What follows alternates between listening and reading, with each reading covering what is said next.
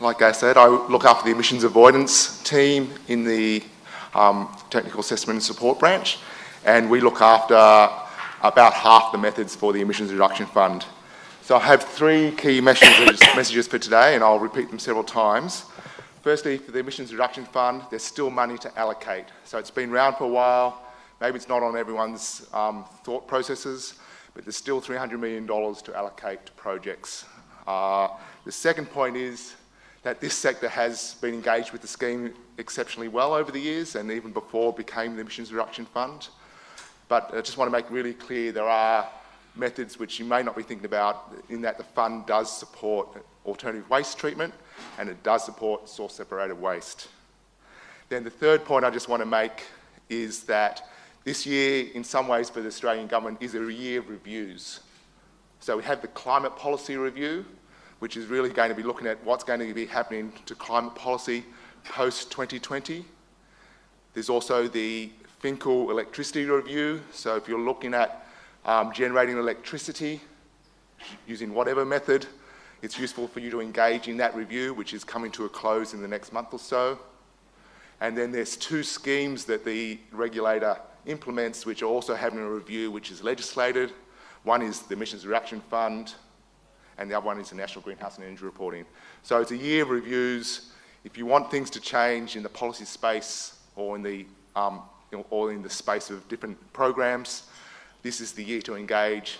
Next year will be harder.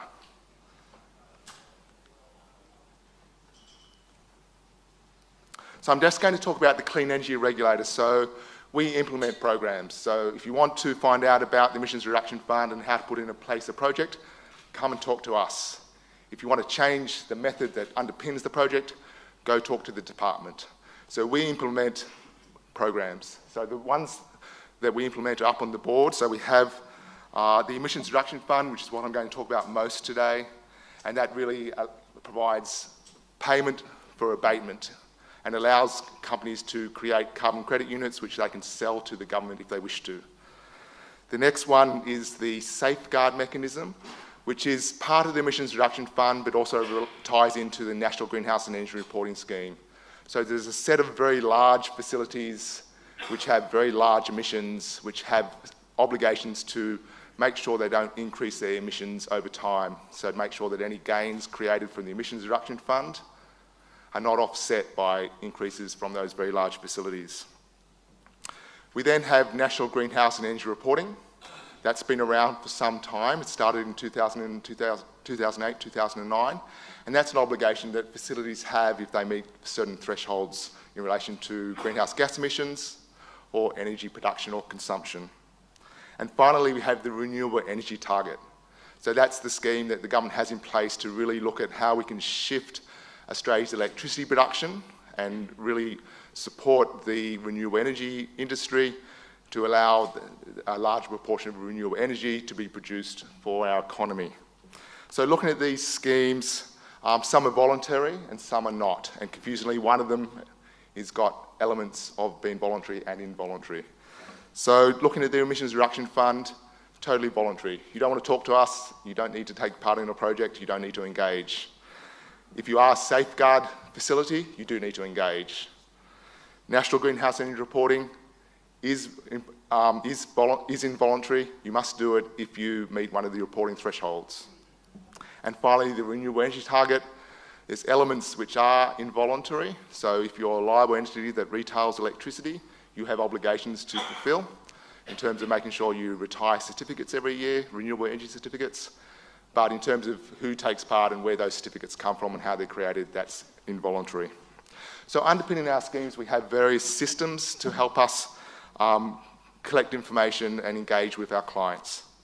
So for the Emissions Reduction Fund, the key system that we have to help everyone manage their Australian carbon credit units, which is what you get when you implement an Emissions Reduction Fund project, is the Australian National Register of Emissions Units. So we call it ANRU. It's a bit of a mouthful, but it's like a bank account for Australian carbon credit units. We issue them, they go into your account, you sell them to someone else, you transfer it to another person, you sell it to us, you distinguish them. The other system that we have, which is not listed there, that relates to the emissions reduction fund, is that we've actually moved to having online forms for providing the information to us in the emissions reduction fund. So we have three types of online forms. One is to register for a project. One is to apply for credit units. And the third one is if you want to vary a project. So those online forms allow you to do your reporting and other activities in the emissions reduction fund online, and allows you to use the client portal to actually make sure those forms come in. And some of those forms have information that's put in place for you because you've already engaged with us. We also have the emissions reduction and energy reporting system, which is basically used for national greenhouse and energy reporting. So if you do national greenhouse and energy reporting, which a number of landfills do, you'll be familiar with this system. And what underpins the renewable energy target is the Renewable Energy Certificate Register. So just highlighting, the Clean Energy Regulator implements these programs. If you want to talk to the government agency or the government department that can make changes to the programs, it's the Department of the Environment and Energy. And like I said before, they're actually very busy this year looking at the various reviews which are taking place. And those reviews are really important mechanisms for people to engage with if they want to make changes in any of the schemes that we implement. We can't make changes to our schemes beyond what's in the legislation. We implement the law. So this looks at the emissions reduction fund. So hopefully a lot of people are aware of this, so hopefully it's not boring because it's repeated. But I'll just try to get across clearly what the emissions reduction fund is. So the emissions reduction fund has two streams. The top stream is where you put in place a project and get carbon credit units. If you don't want to do anything else in the emissions reduction fund, you don't need to worry about the bottom stream. So you don't need to engage with us to get a contract. You don't need to engage with us in an auction to take place in the emissions reduction fund. So if you want to create carbon credit units and use those carbon credit units for your, do you want me to take that or?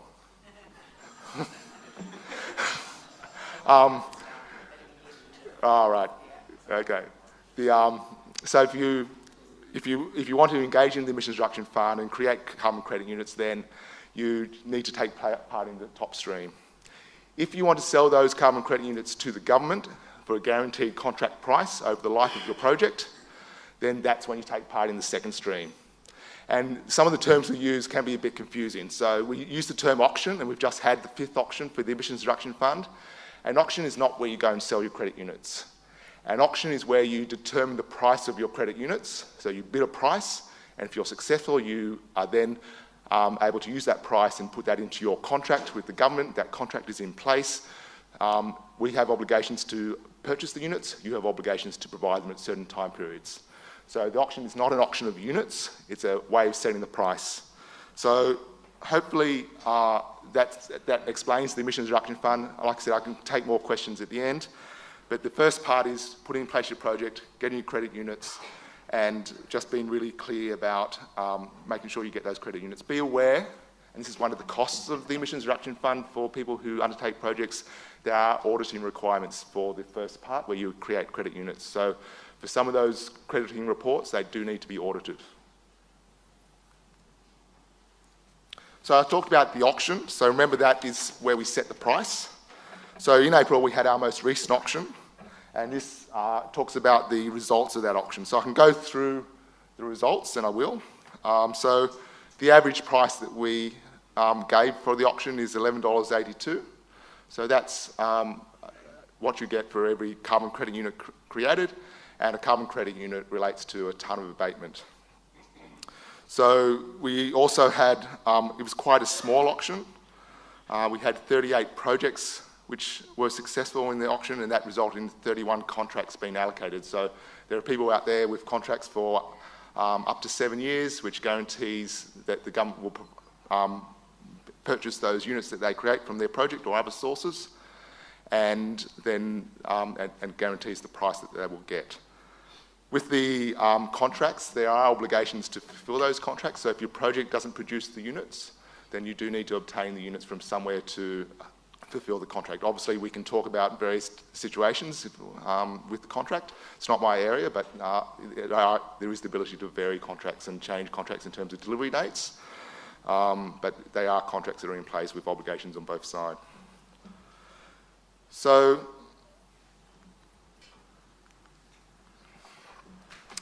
like I said before, this is the 5th auction. There's been 4 auctions before this, 2 each year in 2015 and 2016. This is the main policy that the government has to deal with climate change. The Australian government has to deal with climate change. Obviously, many other government levels have policies. It's the main non-electricity program that we have to deal with climate change. So in 2014, they allocated $2.55 billion to purchase units, and they have used the auction process to put in place contracts to purchase those units. The abatement is scheduled to be 189 million tonnes from what's taken place in the auction so far, and there's been a range of sectors that have taken part in the auction. So in terms of the number of projects, I just want to go through quickly how the waste sector is involved. So with the emissions reduction fund projects, remember that's what you put in place to get carbon credit units. There's 688 projects and 134 in the waste sector. So that represents 19% of our projects, which is quite high compared to the size of the sector. But it is a sector that's been part of the emissions reduction fund since it started. And I'm not sure if everyone's aware, but the emissions reduction fund evolved out of the carbon farming initiative. So it's changes in that legislation which actually resulted in the emissions reduction fund. So, and the waste and the land sector, because they've been part of the fund for longer, they represent most of the units that have already been determined. So just going down to a few more details in terms of the numbers of projects in the sector. So most relate to landfill gas. Some of the methods have been around for some time and have actually aren't able to be used anymore because they really related to the carbon farming initiative, but they've been replaced by methods to fulfil the same function. And like I said, we do actually have methods that deal with parts of the waste sector other than landfills. So we do have the source separated waste method. When I talk about a method, it's basically the rules for running your project. So we have source separated waste projects and also alternative waste treatment projects. I'm now just going to talk about a few elements that are really important for the emissions reduction fund. And these are elements which are critical for you to fulfill to make your project work. So the first is legal right. So it's really important that throughout your project you maintain the ability to run the project and create carbon credit units. So, and there's also, as important, is that if the legal right changes, you need to tell us. There are obligations under the legislation for you to tell us things, and that's one of them. So when I talk about involuntary projects, it doesn't mean there's no rules. Obviously there are legislated rules for these projects, and that's one of the rules. I want to talk more about newness, because people get quite confused about newness. So a new project means that it's not in place already. So up here we talk about some of the things that don't make it new. I'm going to talk about a few things that you can do and still have a new project. So you can plan. You can plan a project. There's no problem with doing that. You can do some pilot project activities. You can make a decision at the board level to put something in a plan. But what the critical element for us is if it's a final investment decision. So if you decide as a local council to put a line item in next year's plan to do a project, that's not a final investment decision. If you actually start looking at a decision and say, this is the project we're going to do, this is the money we're going to spend, this is who we're going to engage, that's the final investment decision. So you really need to be clear what is the final investment decision and what is just a decision to put something in a plan or a plan itself. So newness is a really important obligation. The other one that's important to cover off is the regulatory additionality. So I always struggle getting that out, but basically, if you're required by law to do something, we're not going to pay you to do it. So with source separated waste, like I said before, we have a number of projects in place. Some of those projects have contracts. I just want to make sure people are aware that that's there. And if you are planning a source separated waste project, talk to us in the planning stages. Don't come and talk to us once you've got the project going, because that's not new. So I've talked a lot about waste for the emissions reduction fund. There are many different types of projects that we have in place and are able to put in place. So depending where you work and what sector you work in, there's things like street lighting, there's things like transport. If you have those sort of activities going to be planned to be done and you want to put in place a project to do it, at least think about the emissions reduction fund. Talk to us about what's available. We have different types of projects, and we have methods that underpin those projects. We have about 50 methods, so I'm not going to go through all those methods, but I encourage everyone to look on the website and just be really clear and think through how we can help you abate carbon. We can't do it by ourselves, but we also can't force you to do it. You need to make a decision to talk to us. And that's all I have. So if there's any questions at all.